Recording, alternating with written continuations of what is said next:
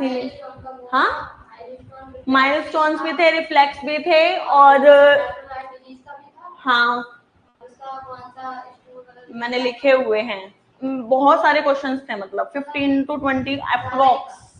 ठीक है, मतलब मैंने जितने सुने हैं, क्योंकि मेरे रूममेट ने एग्जाम दिया था तो वो आते ही क्वेश्चन लिख देती है ठीक है, तो 15 से 20 क्वेश्चन उसने लिखे, मतलब जो मुझे याद है इतने क्वेश्चन तो थे। ऊपर हो तो अभी तक जो नहीं पढ़ाया है ना उसमें से भी थे, तो अभी पढ़ा देंगे तो कंप्लीट हो जाएगा। ठीक है, तो पढ़ना है, और जो नोट्स है वो सफिशिएंट है, नोट्स प्लस क्वेश्चन प्रैक्टिस करना है। ठीक है, इधर उधर नहीं जाना है। अब लिख लो, सिलियाक डिजीज, सिलियाक स्प्रू, इसी को बोलते हैं ग्लूटन एंटेरोपैथी। जो ये मैं ऐसे लिखवा रही हूँ इसका दूसरा दूसरा नाम, ये भी क्वेश्चन है।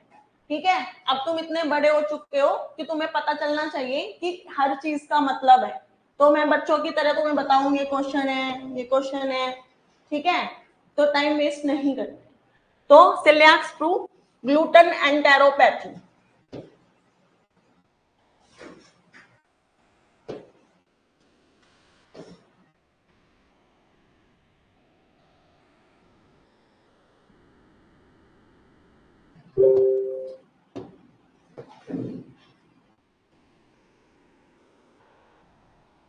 माउस कहाँ है?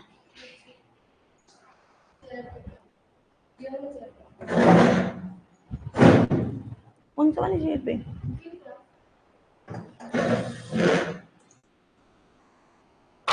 Without wire.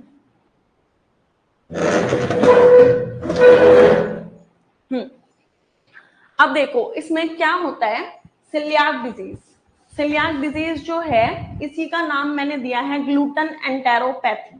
जो हमारा व्हीट होता है यानी कि जो गेहूं है, ठीक है, उसके अंदर क्या होता है, ग्लूटन प्रोटीन प्रेजेंट होता है, और वो डाइजेस्ट होकर ग्लाइडिन बनाता है, और ग्लूटेनेनिन, दो प्रोटीन उसके अंदर है कि वो डाइजेस्ट होके दो चीज में कन्वर्ट होता है। ये दो चीज कौन सा है, एक तो ग्लाइडिन,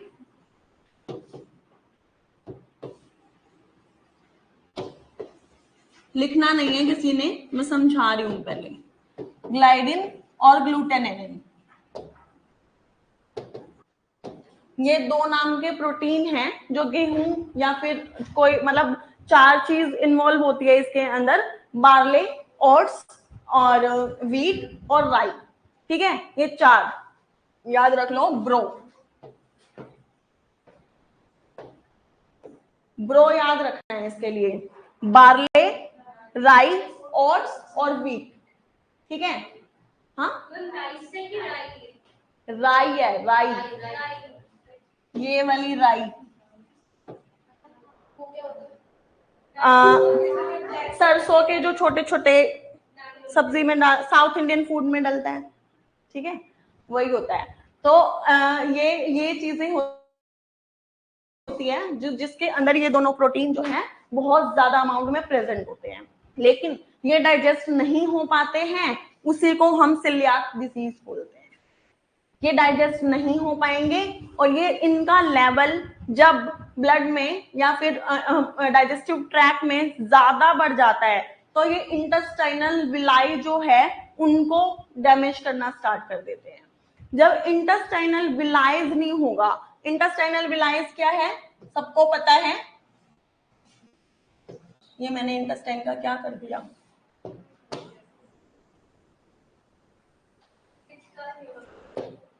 क्या हुआ, पिचकार नहीं दिया, मैंने बनाई कुछ छोड़ दिया। ये देखो ये इसके अंदर ऐसे ऐसे हेयर लाइक स्ट्रक्चर प्रेजेंट होते हैं। ठीक है, हेयर लाइक स्ट्रक्चर प्रेजेंट होते हैं जो क्या करते हैं, फूड का एब्जॉर्प्शन करते हैं। और ये कैसे होते हैं, ये बड़ा करके देख लो, ये फिंगर लाइक प्रोजेक्शंस होती है जो कॉन्टिन्यूअसली वर्क करती है पेरिस्टाल्टिक मूवमेंट के साथ, और यहाँ पे इसके क्या लगे होते हैं, एब्जॉर्प्शन फोर्स बने होते हैं। तो ये विलाई जो मैंने यहाँ बाहर निकाली है, इसके ऊपर फोर्स बने होते हैं जहां से क्या होता है, एब्जॉर्प्शन। लेकिन विलाई को मार दिया गया है, किसने, ग्लाइडिन और ग्लूटेनिन ने। जो कहां से आया है, ग्लूटन प्रोटीन है ये, जो व्हीट, बार्ले और राइस से आया है, ठीक है। तो जो ग्लूटन वाली चीजों से ग्लूटन प्रोटीन आ रहा है, जब वो उसका डाइजेशन ना होके बॉडी में इंक्रीज होता जा रहा है, इंक्रीज होने के कारण विलाइस को मार रहा है और विलाइस एब्जॉर्प्शन नहीं कर पा रही है, तो इसका क्या हो जाएगा, माल एब्जॉर्प्शन। इसीलिए इसका एक और नाम है माल एब्जॉर्प्शन सिंड्रोम, माल एब्जॉर्प्शन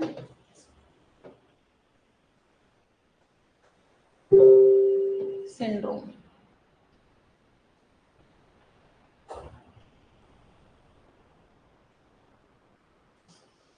समझ में आया? तो इसकी स्टार्टिंग में हमें कैसे लिखना है कि इट इज कैरेक्टराइज्ड बाय, लिखना नहीं बता रही हूँ अभी, ठीक है। It is characterised by gluten enteropathy. क्यों बोला है? क्योंकि ग्लूटन डाइजेशन नहीं हो पा रहा है। तो ग्लूटन डाइजेशन नहीं हो पा रहा है जिसकी वजह से कौन कौन, ये ब्रो वाली चीजें, बार्ले, राई, ओट और व्हीट जो है ये कंटेन करते हैं ग्लाइडिन प्रोटीन। तो पैथोलॉजी में क्या आ जाएगा कि नॉर्मली क्या होता है कि जब भी इनका डाइजेशन होता है तो ग्लाइडिन कन्वर्ट होता है, एब्जॉर्ब हो जाता है। लेकिन अगर ग्लाइडिन एब्जॉर्ब नहीं होना है, बॉडी के अंदर परसिस्टेंटली प्रेजेंट है, तो इसके इंक्रीज होने के कारण इंटेस्टाइनल विलाइस का डैमेज हो जाएगा और उसकी वजह से एब्जॉर्प्शन नहीं हो पाएगा। दैट इज ग्लूटन एंटेरोपैथी या माल एब्जॉर्प्शन सिंड्रोम या सिलियाक स्प्रू या सिलियाक डिजीज। क्लियर है? इसके बाद साइन एंड सिम्टम्स की बात करते हैं। साइन एंड सिम्टम्स, सबसे पहले जब बेबी कंज्यूम करेगा, जब खाएगा ये वाली चीजें, तभी तो उसको सिम्टम आएंगे, खाएगा ही नहीं तो पता ही नहीं चलेगा। तो लेटली सिम्टम आते हैं 1 to 5 ईयर में, लेकिन अगर फर्स्ट सिम्टम पूछा जाए तो हम 3 to 6 मंथ भी लिख सकते हैं, क्योंकि जब हम वीनिंग स्टार्ट करते हैं, वीनिंग क्या होती है, ब्रेस्ट फीडिंग के अलावा नहीं, साथ में, अलावा नहीं। ये क्वेश्चन पिछली बार आया है कॉम्प्लीमेंट्री फीडिंग का कि ब्रेस्ट फीडिंग प्लस वीनिंग करते हैं, है ना। ब्रेस्ट फीडिंग तो कंटिन्यू 6 मंथ रहेगी अप टू 2 ईयर भी रह सकती है, लेकिन वीनिंग जो हम स्टार्ट करते हैं 5 to 6 मंथ में मोस्ट प्रोबेबली कर देते हैं। तो जब हम वीनिंग स्टार्ट कर रहे हैं तो सबसे पहले आजकल की जनरेशन क्या खिला रही है, ओट मील, है ना, ओट मील, सेरेलेक, दलिया, तो ये सारी चीजें क्या है, ब्रो से बनी है, ठीक है। तो जब ये वाली चीजें बेबी खाएगा तो सिम्टम आने स्टार्ट होंगे, और सबसे पहले क्या सिम्टम आएगा, इनडाइजेशन, डाइजेस्ट ही नहीं हो रहा। इनडाइजेशन होगा तो डायरिया होगा, और डायरिया भी कैसा होगा, बहुत ज्यादा होगा, ठीक है। तो severe direction, Insidious diarrhoea word use किया है इसमें, इंसीडियस, इंसीडियस, रुकेगा ही नहीं, ठीक है। इंसीडियस डायरिया होगा बेबी के अंदर। अब मान लो एब्जॉर्प्शन नहीं हो रहा है, तो एब्जॉर्प्शन नहीं हो रहा है तो फैट एब्जॉर्ब होगा, नहीं होगा, प्रोटीन ही नहीं, मतलब कुछ भी फैट, क्योंकि गेहूं वगैरह जो हम ग्लाइडिन प्रोटीन है, ये सब जो है प्रोटीन ही नहीं मिल रहा है। तो जब प्रोटीन डाइजेस्ट नहीं हो रहा तो फैट कैसे होगा, तो फैट भी डाइजेस्ट नहीं होगा, और कैसा स्टूल मिलेगा बच्चे के अंदर, स्टिएटोरिया वाला। ये क्या होता है, स्टिएटोरिया, फैट प्लस स्टूल, सारा का सारा फैट स्टूल में ही आ जाएगा, ठीक है। अब फैट सारा का सारा बाहर आ रहा है, एनर्जी कहां से मिलेगी, रिजर्व मटेरियल से। रिजर्व, जो रिजर्व होता है, फैट रिजर्व होता है ना हमारी बॉडी में, तो मोस्टली कौन से रीजन से, बटक्स वाले रीजन से और थाइज वाले रीजन से। थाइज और बटक्स वाले रीजन से क्या हो जाएगी, मसल वास्टिंग, क्या हो जाएगी, मसल वास्टिंग। क्यों, क्योंकि फैट जो है वो बाहर से नहीं मिल रहा है, अगर मिल रहा है तो वो बाहर ही जा रहा है, ठीक है, एब्जॉर्प्शन नहीं हो रहा है, तो मसल वास्टिंग होती चली जाएगी बेबी के अंदर, और क्या होगा, माल एब्जॉर्प्शन सिंड्रोम है। अब फैट नहीं जा रहा तो फैट सोल्यूबल विटामिन नहीं मिलेंगे। कौन सा होता है, कीड़ा है ना, विटामिन के, ई, डी और ए। तो अब विटामिन के नहीं है तो ब्लीडिंग टेंडेंसीज इंक्रीज हो जाएगी। क्यों? विटामिन के तो चाहिए किसके लिए?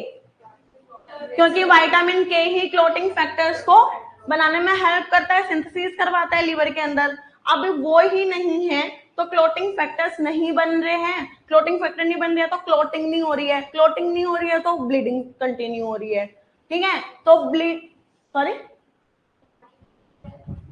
वॉमिटिंग में ब्लड, वॉमिटिंग होने के चांसेस नहीं है, ड्यूडिनम से नीचे वाला पार्ट है, डायरिया होगा।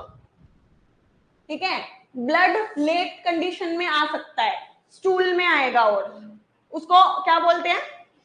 Blood in stool, हेमाटोचीजिया।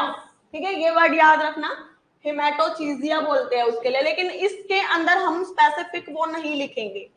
हेमाटोचीजिया वर्ड होता है, ये 1 मार्क के क्वेश्चन है। ठीक है, ब्लड इन स्टूल। इसके बाद ये हमने पढ़ लिया। और क्या साइन एंड सिम्टम दिखेगा? फैट सोल्यूबल विटामिन नहीं होंगे तो ब्लीडिंग टेंडेंसी इंक्रीज हो जाएगी। और क्या होगा? स्टमक पेन भी हो सकता है क्योंकि इंडाइजेशन है, डायरिया हो रहा है ना। और तुम्हारा एब्जॉर्प्शन सिंड्रोम है ना, कुछ जा ही नहीं रहा तो कमजोरी होगा, कुछ खाएगा ही नहीं, खा रहा है लेकिन अब्जॉर्ब भी नहीं हो रहा। और कुछ चीजें अब ऐसी जो मेन कंपोनेंट है हमारे फूड का, डेली हम खाना क्या खाते हैं? रोटी चपाती, है ना, रोटी चपाती ये सब चलता है, तो ये सब नहीं खा सकता वो। इसको क्या करेंगे फिर इसकी मैनेजमेंट में? इसकी एक ही अल्टरनेटिव मैनेजमेंट है कि ग्लूटेन फ्री फूड हम उसको प्रोवाइड करें। ग्लूटेन फ्री फूड कौन सा है? राइस और मिलेट्स और सीरियल्स, है ना, बस यही खा सकता है। और मीट, एग ये सब खा सकता है, फिश भी खा सकता है, ये सब खा सकता है, लेकिन बस ये जो 4 चीज यहां लिखी है हमने ब्रो वाली, ये नहीं खाएगा लाइफ टाइम। यही उसका एक मैनेजमेंट है, इसके अलावा और कोई मैनेजमेंट नहीं है। विटामिन के हम बाहर से इंजेक्शन दे सकते हैं, है ना, विटामिन के प्रोवाइड कर सकते हैं ब्लीडिंग टेंडेंसीज को रोकने के लिए, लेकिन अगर हम उसको अल्टरनेटिव फूड प्रोवाइड कर रहे हैं तो जरूरत भी नहीं है। ठीक है, और क्या है सिलियाक में? चलो देख लेंगे, अगर कुछ छूटा है तो स्टार्ट करते हैं। यहाँ किसी को डाउट तो नहीं है? इतना जितना बताया डाउट नहीं है ना? स्टार्ट करो, फिर देखते हैं आगे कुछ छूटा है तो याद आ जाएगा।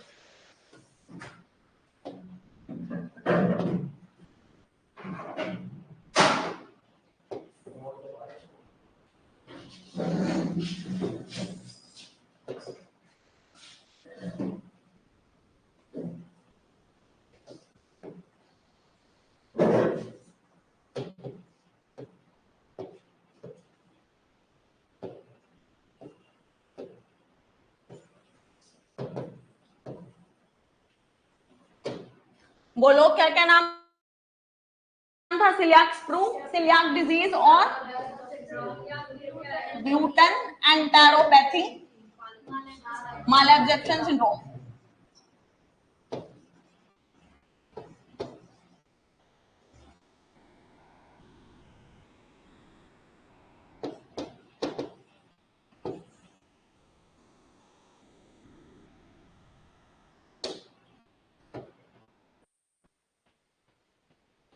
इसकी डेफिनेशन लिख लो सबसे पहले।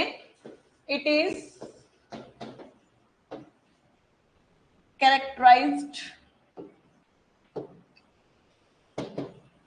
characterized as digestion of gluten protein do not occur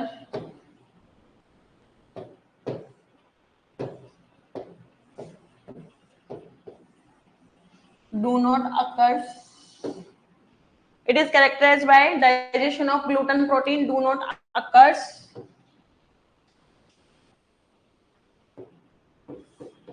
gluten protein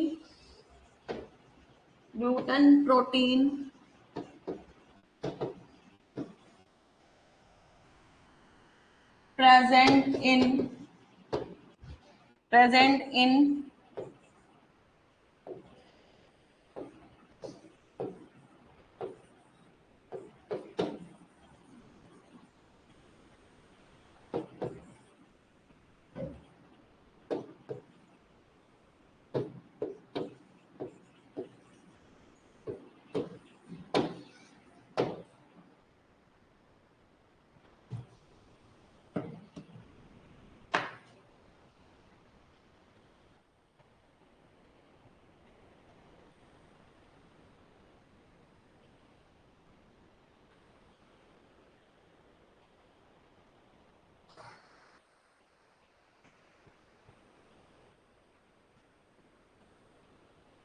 लिख लिया सबने?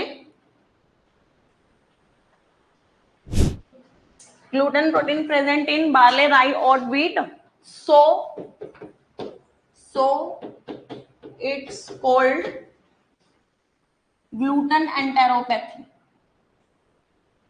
gluten enteropathy.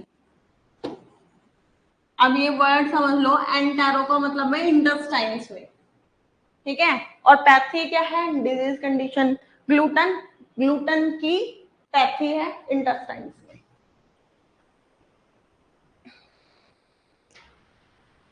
लिखो symptoms appear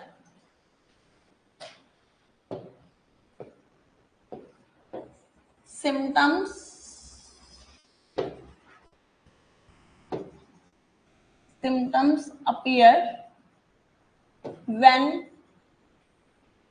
baby ingest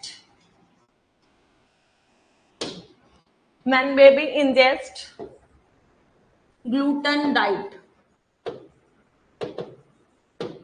at 1 to 5 year of age.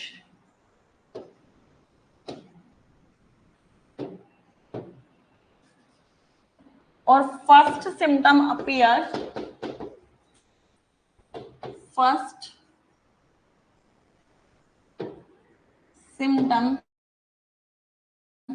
appear at the age of 3 to 6 months.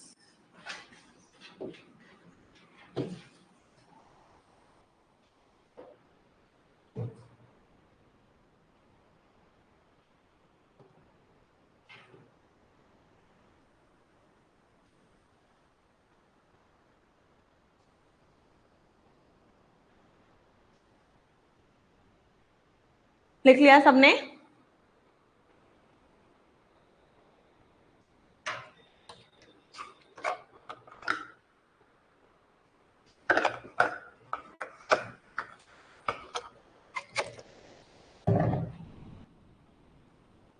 चले इसकी पैथोफिजियोलॉजी लिखो। पैथोफिजियोलॉजी, when child ingest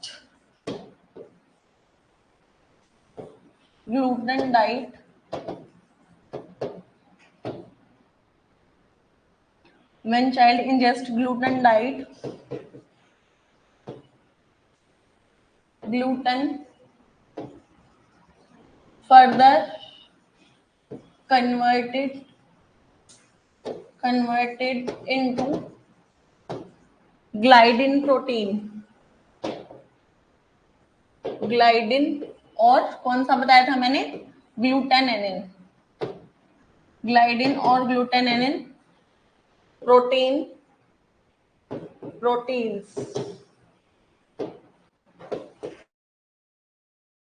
और ये proteins क्या है? Toxic to our body.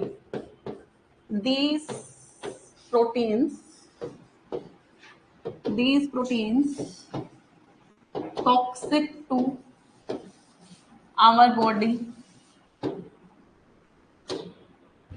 starts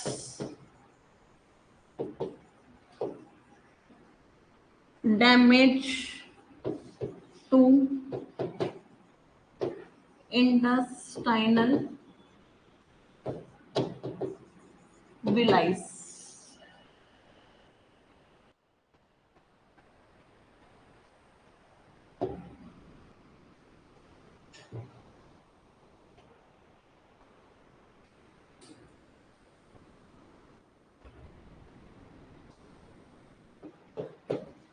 Due to intestinal villi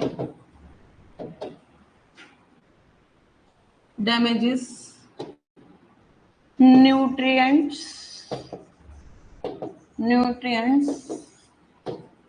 cannot absorb properly,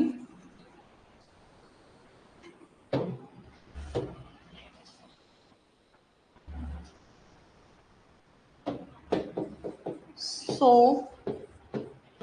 called, क्या बोलेंगे, माल absorption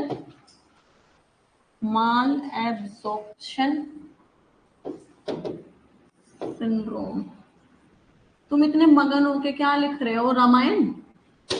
हाँ, साथ साथ बोल बोल के लिखो, याद होएगा। मगन हो रहे हैं बिल्कुल लिखने में, है? लिखो बट बोल बोल के लिखो, याद होगा। इसीलिए इसको माल एब्जॉर्प्शन सिंड्रोम बोला है, क्योंकि इंटेस्टाइनल डैमेज होने के कारण न्यूट्रिएंट्स एब्जॉर्ब नहीं हो रहे हैं।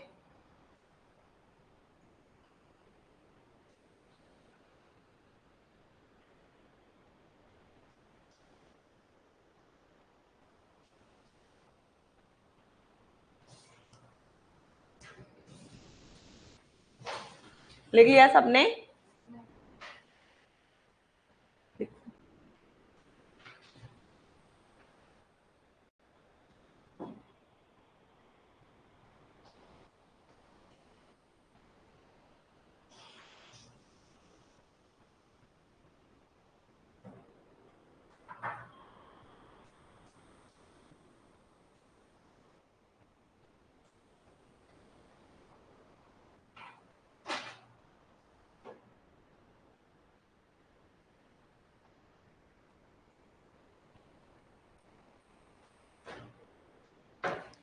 हो गया सबका? अब हम लिखेंगे इसके sign and symptoms.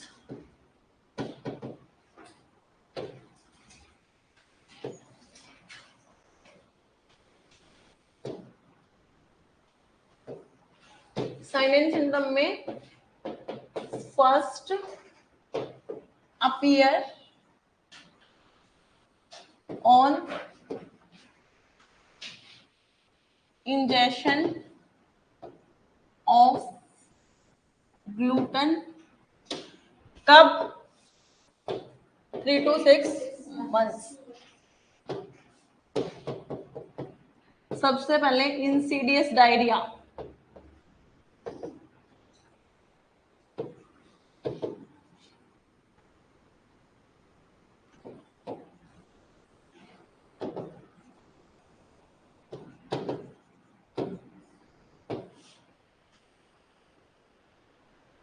Insidious diarrhoea, स्ट्रेटोरिया,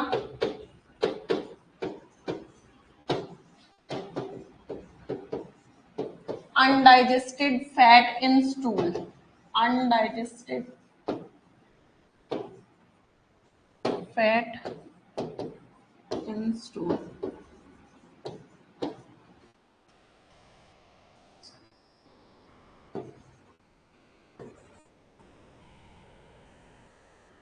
abdominal pain,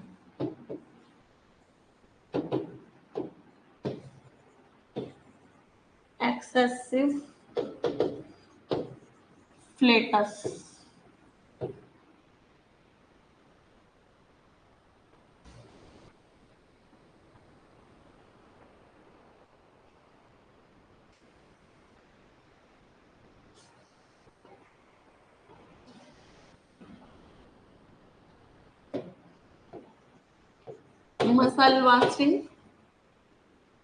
muscle wasting, use of use of reserve fat, especially on buttocks region, thighs या फिर extremities लिख दो, thighs अकेला मत लिखो, extremities.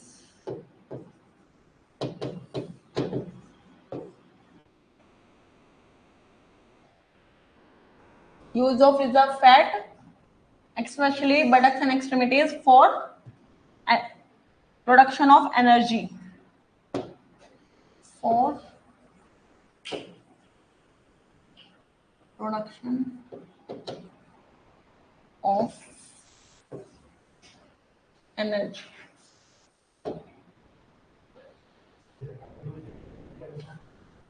इसके नीचे abdominal pain, excessive flatus.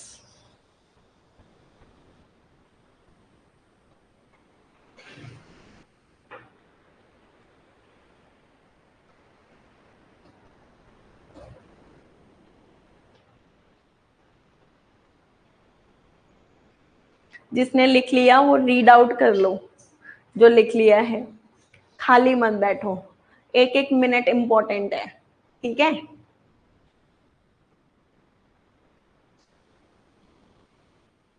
और हमने क्या इसका स्पेसिफिक सिम्टम पढ़ा था,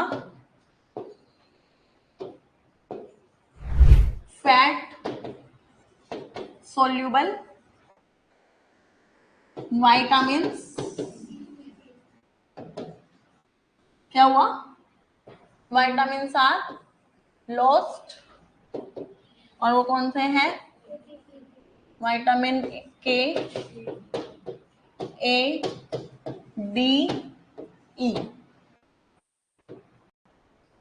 और ये विटामिन के नहीं है तो ड्यू टू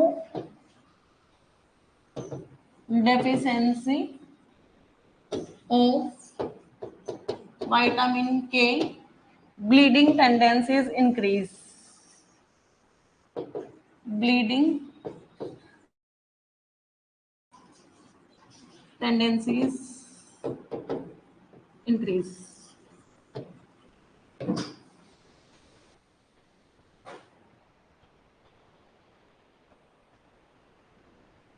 जो एक ही पेन से लिखते हैं ना, वो एक दो पेन और खरीद लो, थोड़ा कलरफुल होगा तो पढ़ने में मजा आएगा और आईज को अच्छा भी लगेगा और जल्दी याद होगा।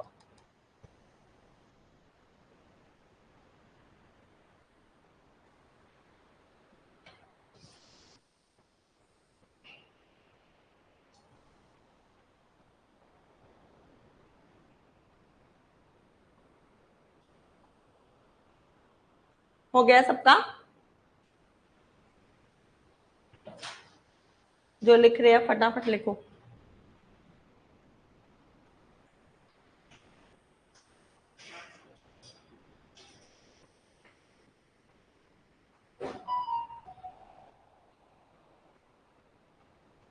चलो आगे, इसका diagnosis,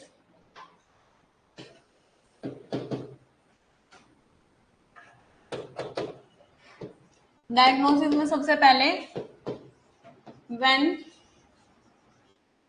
baby ingest gluten diet, symptoms appear.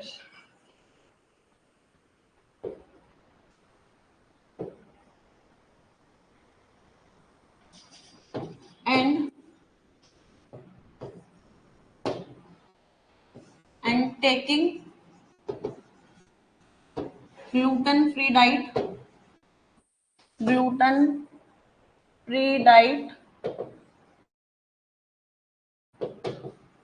symptoms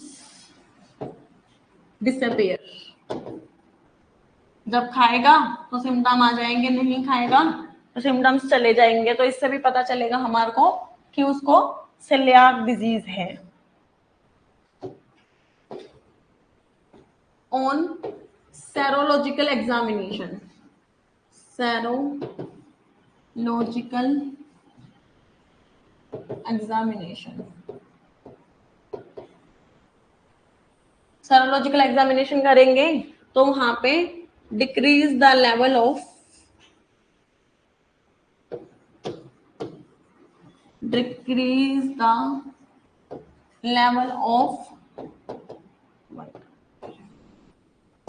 level of IgA antibody, क्योंकि जब इन्फेक्शन के चांसेस इंक्रीज हो जाते हैं तो विटामिन ए की कमी होती है, और डायरिया के केस में बहुत स्पेसिफिक है विटामिन ए की कमी होना, इसीलिए बच्चों को हम विटामिन ए सप्लीमेंट्स भी देते हैं, है ना, बचपन में देते हैं ना, कब से कब, 6 महीने से लेके 5 साल तक। विटामिन ए की डोज कितनी होती है, first dose 1 lakh international unit, और उसके बाद 6 महीने के गैप पे 2 lakh international unit up to 5 year हम प्रोवाइड करते हैं, क्योंकि वो विटामिन ए जो है वो डिजीज कंडीशन से लड़ने के लिए हेल्प करता है। तो इसीलिए जब इसको पेशेंट को डायरिया हो रहा है तो इस केस में IgA एंटीबॉडी उसका कम होता जा रहा है, इन्फेक्शन से लड़ने की क्षमता खत्म होती जा रही है माल एब्जॉर्प्शन होने के कारण, तो इसीलिए उसको और ज्यादा डिजीज कंडीशन और भी लग सकती है। 0.5 से 1, 0.5 प्रीटर्म में और 1 टर्म में, ठीक है। सेरोलॉजिकल एग्जामिनेशन पे ये मिलेगा। उसके बाद हम एक और कंफर्मेटरी टेस्ट कर सकते हैं इसके लिए, एंडोस्कोपी। एंडोस्कोपी, जब एंडोस्कोपी करेंगे तो क्या मिलेगा, इंटेस्टाइनल विलाइज आर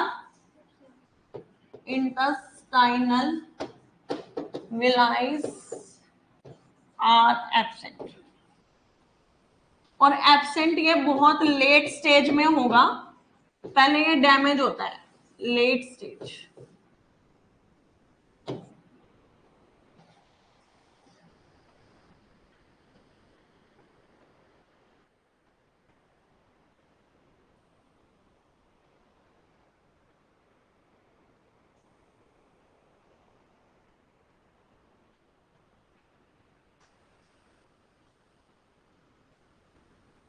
इसकी मैनेजमेंट देखो,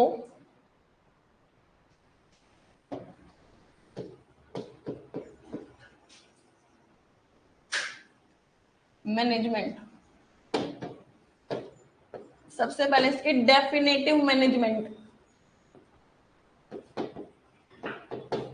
डेफिनेटिव का मतलब सिर्फ यही कारगर है, मतलब यही काम आएगी।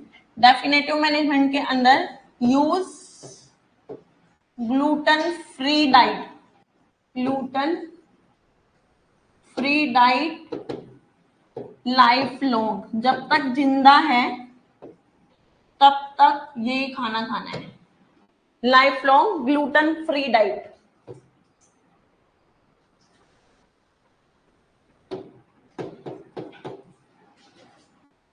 इंक्लूड्स ग्लूटेन फ्री डाइट में क्या क्या इंक्लूड करेंगे,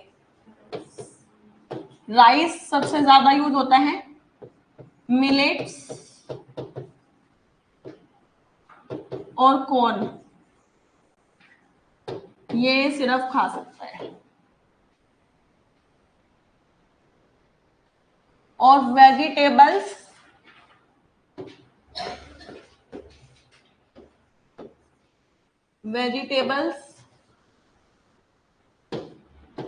फिश,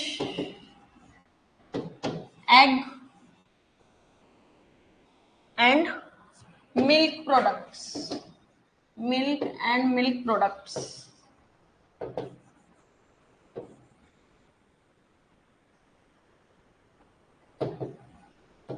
आर ऑल्सो टेकन। ये तो उसको लेना ही पड़ेगा क्योंकि प्रोटीन नहीं मिलेगा, है ना, बाकी जो फूड है उससे प्रोटीन नहीं मिलेगा इतना, प्रोटीन डाइट स्पेसिफिक लेना पड़ेगा। और क्या सप्लीमेंट्स, विटामिन के सप्लीमेंट्स या ADA सारे ही देने पड़ेंगे, ठीक है।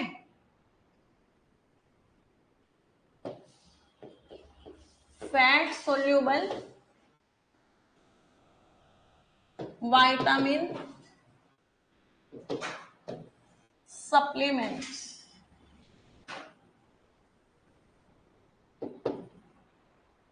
also provided.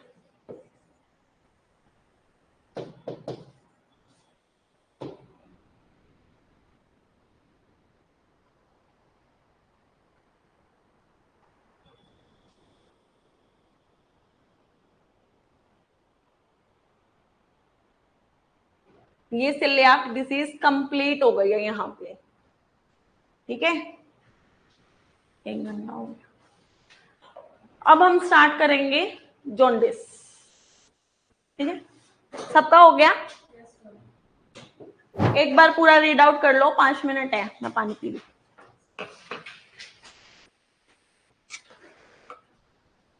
क्या हुआ?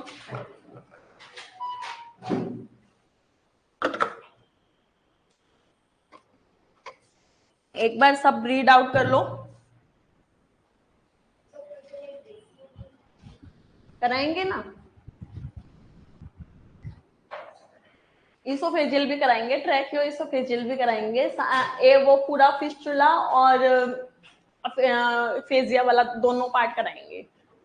वो बहुत लंबा टॉपिक था, इसीलिए मैंने आज नहीं लिया, क्योंकि 2 ही घंटे थे। अब जॉन्डिस देख लेते हैं कंप्लीट होगा या नहीं होगा, क्योंकि जॉन्डिस भी लंबा ही है वैसे तो, लेकिन 1 घंटे में हो जाना चाहिए।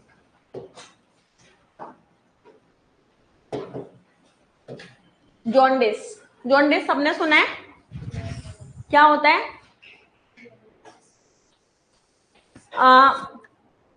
Yellowish discoloration of sclera, mucous membrane और स्किन, है ना? और ये डिस्कलरेशन होने का कारण ऑटो इम्यून डिसीजेज होती है मोस्टली, और बेबीज के अंदर फिजियोलॉजिकल भी होता है और पैथोलॉजिकल भी होता है। फिजियोलॉजिकल कब बोलेंगे? विद इन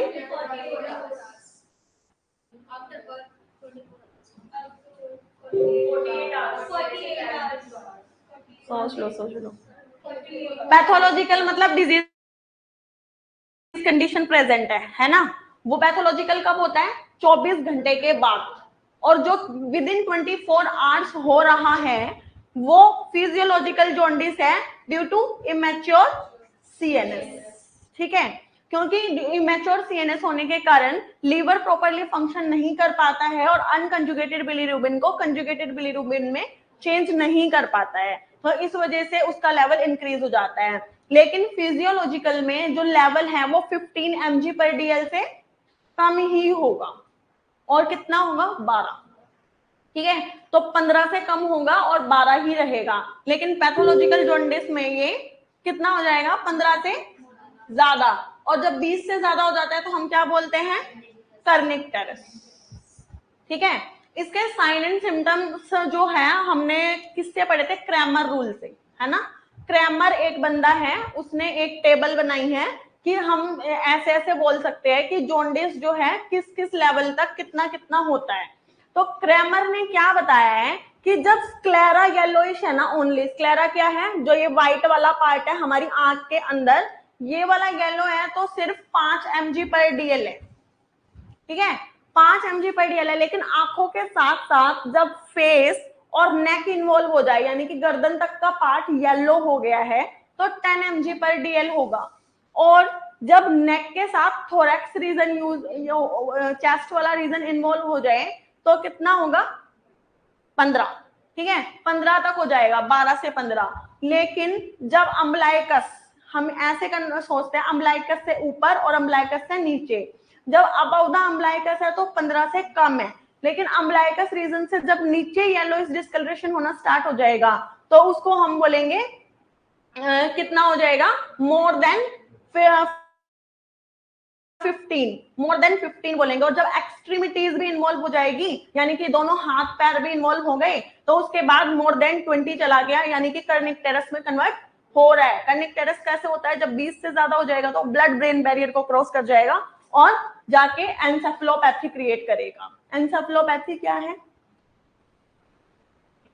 एनसेफ्लॉन किसके लिए यूज करते हैं? ब्रेन के लिए। पैथी यानी कि डिजीज कंडीशंस, मतलब जब बिलीरुबिन इतना ज्यादा हो जाएगा और ब्रेन ब्लड ब्रेन बैरियर को क्रॉस, ब्लड ब्रेन बैरियर सबको पता है, ठीक है, ब्रेन जो है उसकी जो ब्लड सप्लाई वाला पार्ट है, ठीक है, उसको क्रॉस करके जब ब्रेन को अफेक्ट करना शुरू कर देगा तो वो ब्रेन एनसेफलोपैथी है, उसी को कर्निक बोलते हैं, ठीक है। कर्निक जो है वो एडवांस डिजीज कंडीशन है। तो ये जो क्रैमर रूल हमने पढ़ा है इस बार के नोट सेट में था, जिसने पेपर दिया है, ठीक है। फोटो आई थी आई थिंक, है ना? कितने पूछा था? अच्छा, करा ही नहीं था। फोटो आई थी कि दिया हुआ था कि कितना पार्ट येलो है और उसके हिसाब से बताओ कि कितना है। मेरे ख्याल से उसमें लेस देन 15 था, क्योंकि अम्लाइकस रीजन से ऊपर ऊपर येलोइश था, ठीक है। तो ये इंपॉर्टेंट है क्रैमर रूल, तो इसको याद करना है। इसके बाद अगर मैं बात करूं कि कोजेस की, कोजेस में एक होता है ब्रेस्ट मिल्क जॉन्डिस, ठीक है, क्योंकि ब्रेस्ट के अंदर एक प्रोटीन प्रेजेंट होता है जिसको हम बोलते हैं, क्या बोलते हैं, किसी को पता है? हाँ अरे कितने दो प्रोटीन होते हैं, एक यूडीपी एंजाइम की बात करेंगे हम इसमें, ठीक है, और एक प्रोटीन की बात करेंगे। तो जो ब्रेस्ट मिल्क के अंदर ग्लाइकोरिनोल करके एक है प्रोटीन, ठीक है, उसका क्या हो जाता है, वो इंक्रीज हो जाता है। तो वो इंक्रीज होने के कारण वो क्या करता है, वो एक मेटाबोलाइट का काम करता है जो कि प्रोजेस्टेरोन का मेटाबोलाइट है। प्रोजेस्टेरोन क्या है? प्रोजेस्टेरोन एक हार्मोन है जो प्रेगनेंसी को मेंटेन करके चलता है और ब्रेस्ट मिल्क को भी मेंटेन करता है, ठीक है। तो वो ब्रेस्ट मिल्क को जब मेंटेन कर रहा है तो वो मेटाबोलाइट है प्रोजेस्टेरोन का। तो वो ग्लाइकोरिनोल क्या करेगा, ज्यादा ब्रेस्ट फीड हो रही है तो बेबी ज्यादा ज्यादा ब्रेस्ट फीड कर रहा है तो वो ज्यादा ज्यादा बढ़ता जा रहा है, जिसके कारण वो क्या करता है, यूडीपी एंजाइम, जो यूडीपी एंजाइम है उसकी एक्टिविटी को कम कर देता है, ताकि वो कंजुगेटेड बिलीरुबिन को अनकंजुगेटेड बिलीरुबिन कंजुगेटेड में कन्वर्ट ना हो पाए, यहाँ पे यूडीपी एंजाइम प्रेजेंट, ठीक है। जब ये ज्यादा हो जाएगा तो ये इसको चेंज नहीं होने देगा, तो नहीं होने देगा तो जब अनकंजुगेटेड बिलीरुबिन इंक्रीज होता जा रहा है तो क्या हो जाएगा, जॉन्डिस। एक और होता है जो ऑटो इम्यून डिजीज कंडीशन में आता है, गिलबर्ट सिंड्रोम, ठीक है, गिलबर्ट और क्रिगलर नाजार सिंड्रोम। नाम थोड़े अजीब है, ठीक है, लेकिन ये बहुत बार आए हुए हैं क्वेश्चंस में ना। एक है गिलबर्ट और एक है क्रिगलर नाजार,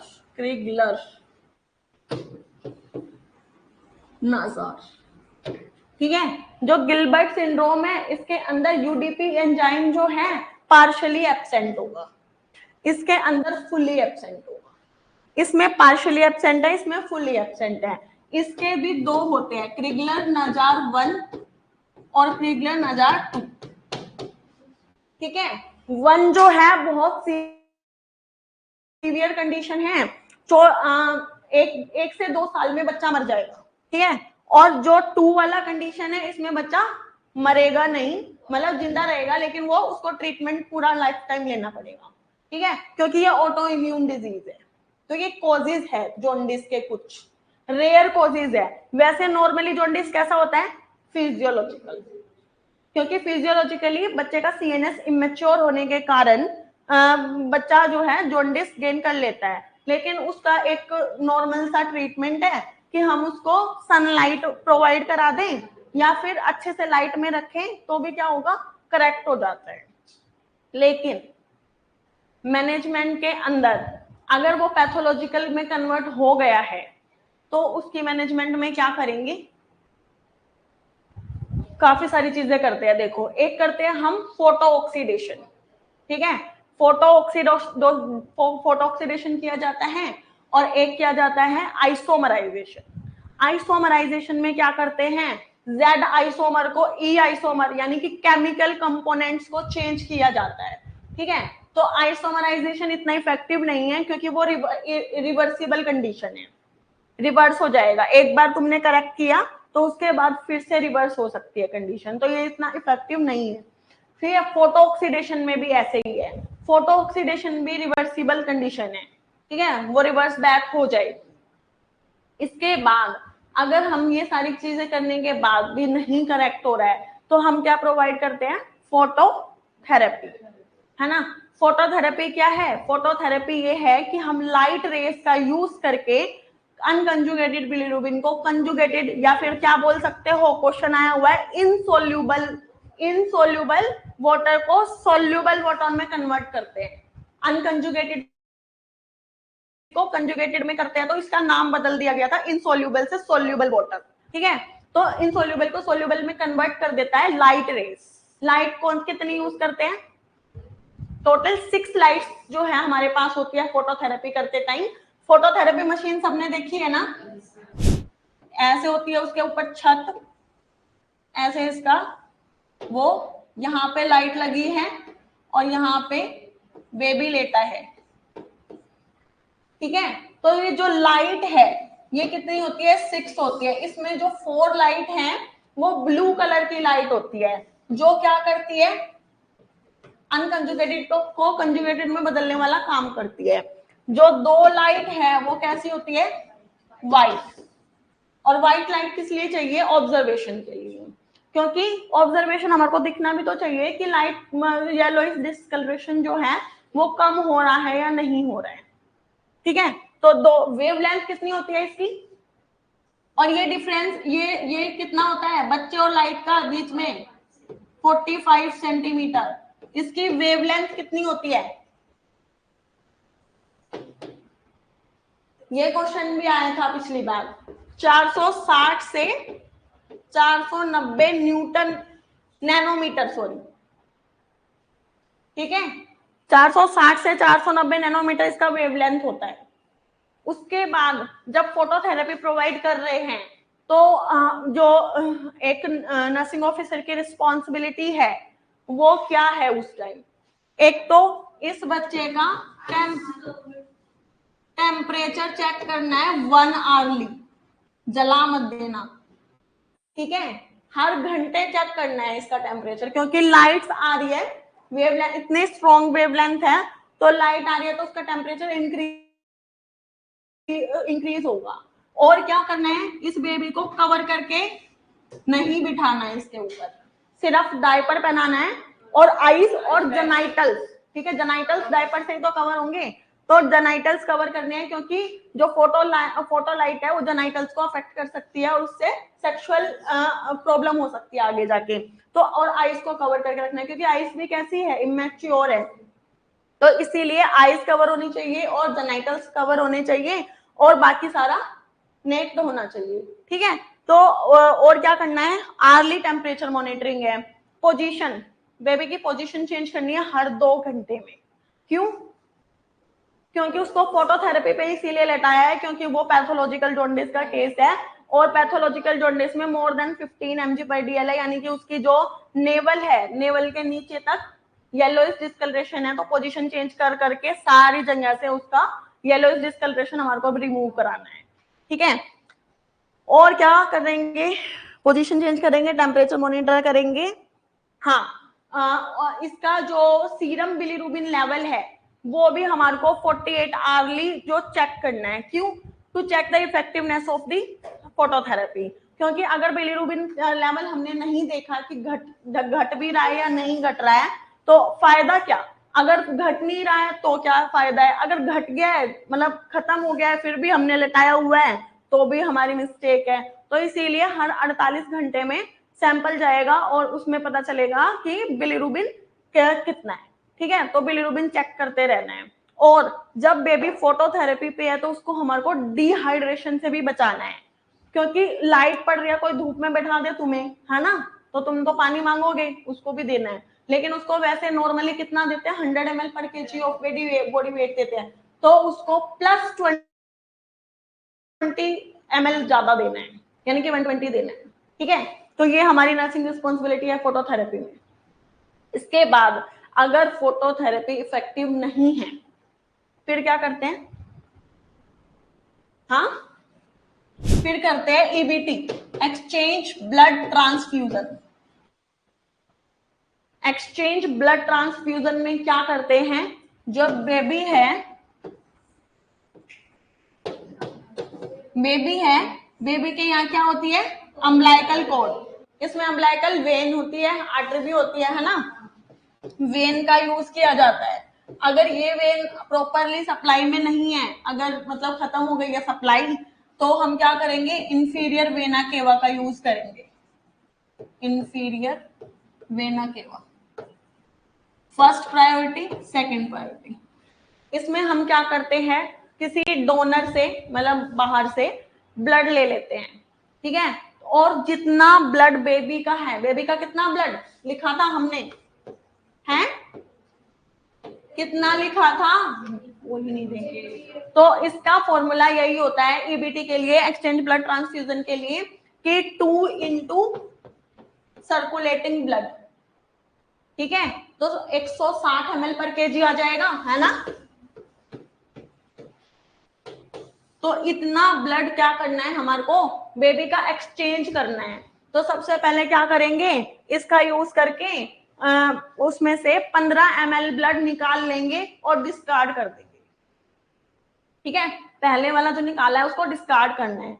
उसके बाद फ्रेश ब्लड लेंगे, 15 ml फिर से, और उसको 10 मिनट में इन्फ्यूज करेंगे, यहां से देना है ब्लड।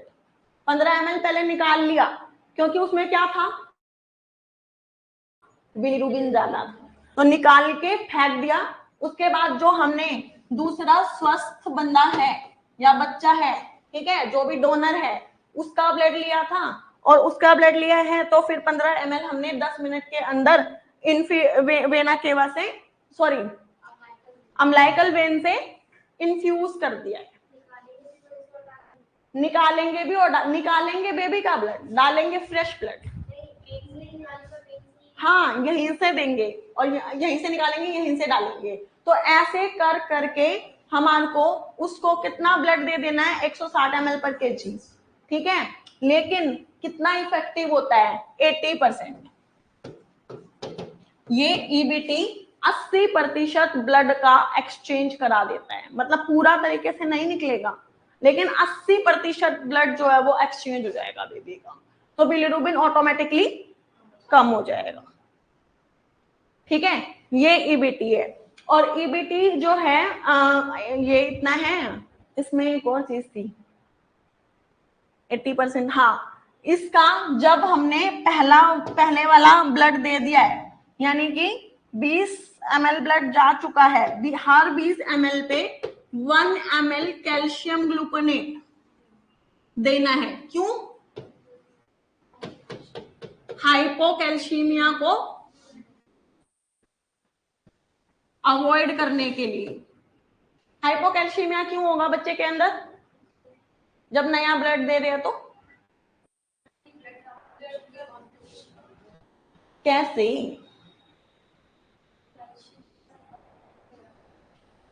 बाइंड होता है जब मान लो कि जो बच्चे के अंदर ब्लड है वो कैसा है, वहां तो आरबीसी का डिस्ट्रक्शन हो ही रहा है ना, जो जॉन्डिस हो ही क्यों रहा है, जो नॉर्मल फिजियोलॉजिकल जॉन्डिस है उसका कॉजेज नहीं बताया मैंने, अभी बता रही हूँ क्यों हो रहा है, या तो आरबीसी का प्रोडक्शन ज्यादा है, बेबी के अंदर रेड ब्लड सेल्स ज्यादा है, जितनी ज्यादा होगी उतनी ज्यादा टूटेगी, टूटने पे क्या बनता है, बिलिरुबिन, है ना। तो और क्या होगा, आरबीसी का क्या हो रहा है, डिस्ट्रक्शन ज्यादा हो जाए, यानी कि ज्यादा टूट जाए तब भी बिलिरुबिन बनना है, ज्यादा आरबीसीज ही है तब भी बिलिरुबिन बनना है, तो वो फिजियोलॉजिकल जॉन्डिस के कॉजेज है, ठीक है। तो यहाँ पे क्या होता है, हमारे नॉर्मली ब्लड में सेल्स टूटती रहती है, तो टूटती रहती है तो उनके अंदर से कैल्शियम निकलता रहता है, लेकिन हम बेबी को नया ब्लड दे रहे हैं, तो नया ब्लड अभी कैसा है, फ्रेश ब्लड देना है, हमारे को ये नहीं है कि कल का निकला हुआ है, परसों का निकला हुआ है, नहीं, आज ही निकला है, 1-2 घंटे में निकला है, वो फ्रेश ब्लड दे रहे हैं, उसके अंदर कैल्शियम नहीं होगा, ठीक है। तो इसीलिए हम 10 ml देने के बाद, 20 ml देने के बाद 1 ml कैल्शियम ग्लूकोनेट उसको साथ साथ दे रहे हैं, ताकि बच्चे के अंदर कैल्शियम की कमी ना हो, नहीं तो बच्चा बोलेगा कि तुमने मेरा ब्लड तो एक्सचेंज कर दिया, हड्डियां कमजोर कर दी है, ठीक है। तो हमारे को सारा सोचना है।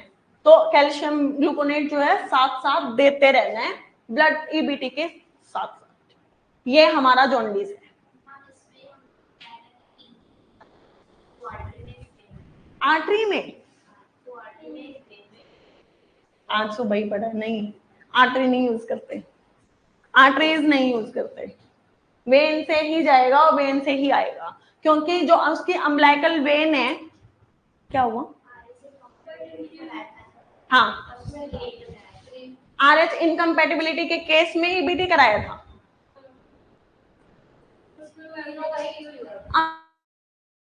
RH इनकम्पैटिबिलिटी में ब्लड ट्रांसफ्यूजन क्यों करना है, रीजन उन्होंने ये बोला था कि अगर कुछ भी काम नहीं आता है तब हमें ईबीटी करना है और इसमें 3 पोर्ट लगाएंगे, 2 आर्टरी में एक वेन में, एक आर्टरी से हम कैल्शियम ग्लूकोनेट करेंगे और एक आर्टरी और एक वेन से ब्लड ट्रांसफ्यूजन करेंगे।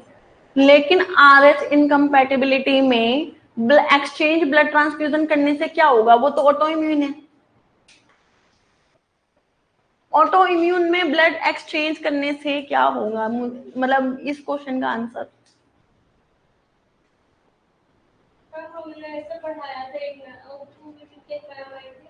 क्योंकि मैं वो बात समझ गई, ईबीटी करना है, ठीक है, लेकिन ऑटो इम्यून डिजीज कंडीशन में फायदा क्या है, क्योंकि ऑटो इम्यून जो नई चीज है वो तो सेम टू सेम रहेगी ना, बॉडी का एक्सचेंज करके। वो तो कैंसर वाले पेशेंट में तो करते हैं कि नहीं बन रहा है तो दे दो, लेकिन जो डालेंगे वो भी वेस्ट है।